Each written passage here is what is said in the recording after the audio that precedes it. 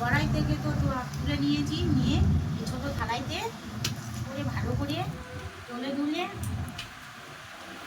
একটা নরম ডো তৈরি করে নিয়েছি। গরম তো প্রচণ্ড গরম, গরমে একটু কিছুক্ষণের জন্য ঠান্ডা করতে দিয়েছি। আর একটা নরম ডোলে ডোলে ভালো করে একটা ডো তৈরি করে নিয়েছি। অনেকগুলো ডো হয়ে গিয়েছে, সুন্দর এরকম নরম ডো। নরম করলে কি হয়, পিঠেটা খুব সুন্দর খেতেও হয় আর পিঠে করতেও ভালো হয়। আর শক্ত টান হয়ে গেলে তখন পিঠে করতে গেলে, পুরি তৈরি করতে গেলে ফেটে যায়, পিঠেটা ভালো সুন্দর হয় না, মুড়তে গেলেও ভালো হয় না। সেই জন্য আমি নরম ডো তৈরি করে নিয়েছি, নিয়ে লেচি কেটে নিয়েছি।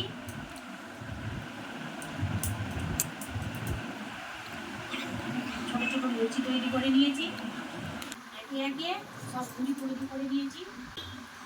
এই পুর দিয়েছি, পুরির মধ্যে দিয়ে এরকম বিভিন্ন রকম শেপে মোড়া যায়। আমি তো এরকম শেপে করেছি, আপনারা পারলে আরও বিভিন্ন রকম নতুন স্টাইলে নতুন ডিজাইন করে নিতে পারেন। সবগুলো বেলা একসঙ্গে গোল করে নিয়েছি, নিয়ে একে একে পুরি তৈরি করেছি। এরকম পুরি দেখুন কত সহজে পুরি তৈরি করে যাচ্ছে। এরকম নিয়ে একে একে নরম ডোটা করলে পুরি প্রতি পুরি ভালো হয়, খুব সুন্দর হয়, তাতে ফেটে যায় না।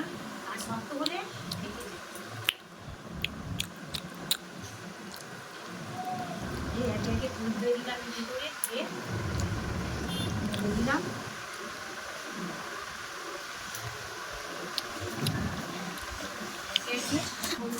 ছাই দিয়েছি, সবগুলো পুরি তৈরি করে সাজিয়ে ছাই দিয়ে একে একে সব এই ভেঙে নিয়েছি।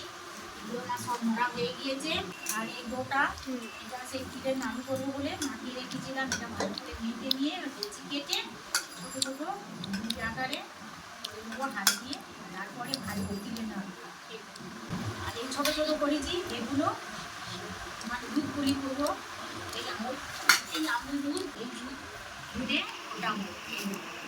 তাহলে সবগুলো আমি একসঙ্গে করে নিই, পিঠেগুলো বিভিন্ন রকম শেপে সব পিঠেগুলো তৈরি করে নিই, নিয়ে তারপরে ভালো পুলি গোটা দুধে দিয়ে ফোটাবো।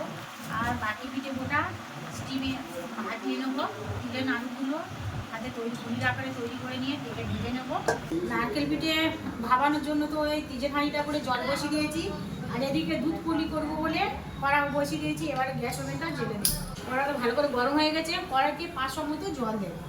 আমার এখানে লিকুইড দুধ নয়, গুঁড়ো দুধ, পাউডার দুধ, আমুল দুধ, এই 200 দুধ আছে।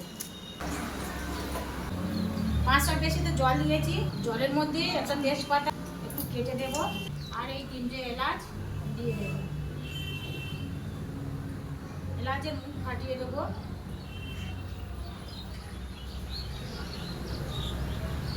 জল তো ভালো করে গরম হয়ে গেছে, এবারে এই দুধ দিয়ে দেবো, দিয়ে খুন্তিটা দিয়ে নেড়ে দেবো।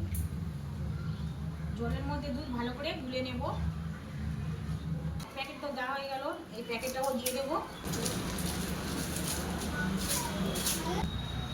এই যে কত দুধ হয়ে গিয়েছে।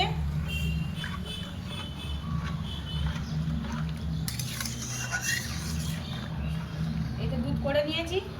এবারে এটা একটু উঠলে আর পিঠেগুলো দিয়ে দিই। দুধ পুলির জন্য এইরকম এই ছোট ছোট সাইজের পিঠেগুলো করেছি, আর সবগুলো একই শেপে মুড়িছি। এই দেখো এই এতগুলো, এইগুলো দুধ পুলির জন্য করেছি। দুধ ফুটে উঠলে দিয়ে দেবো একে একে। এদিকে তো নারকেল পিঠে একবার ভাবানো হয়ে গিয়েছে, বাকি যেগুলো ছিল সেগুলো আরেকবার বসিয়ে দিয়েছি। আর দুধ পুলি এই তো হয়ে গিয়েছে। এই দেখুন দুধ তো ফুটে ফুটে একদম ক্ষীর হয়ে গিয়েছে, আর কত সুন্দর একটা স্মেল বার হয়েছে।